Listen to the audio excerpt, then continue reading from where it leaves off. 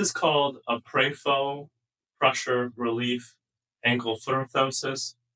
These are most commonly used for patients that have ulcers, usually back here on the heel of their foot or a couple other areas. The idea is to offload pressure on those areas to get that to heal. We're going to show you how to put this on and off correctly. So a lot of Velcro. First thing first, we want to open this all the way up. We're going to slide the person's foot down inside of the PRAFO here. The main thing is we really want to make sure we get their heel back down in here where you can kind of see here. Let me lift up for a second, Josh. Where, if someone has a sore back here on their heel, the nice thing is this is where it's going to relieve it. How this works, it overlaps. There's Velcro tabs that go on. And there's two straps, one strap here across the ankle. So, and there's another one here that goes up across the tibia or your shin bone.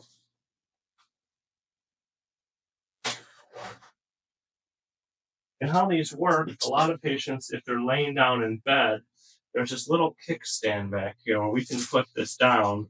So I won't have Josh swing his leg up here. He has his leg up actually on bed. We can put this little kickstand to prevent it from rolling to side. We can put on either side. Again, this just spins. So if we put on this side, then this foot won't roll inward. Again, right here, Josh.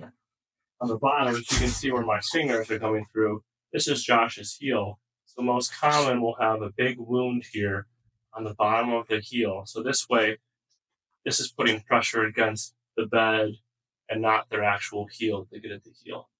As far as taking it off, reverse the process, undo the straps. Again, I always tell patients, Velcro these back onto themselves, just a less chance of getting lint, dog hair, things like that on there. Undo these two. Undo the top strap. And Josh's foot will slide right out. So again, the whole point is to get pressure here off of the heel when we're using this type of brace.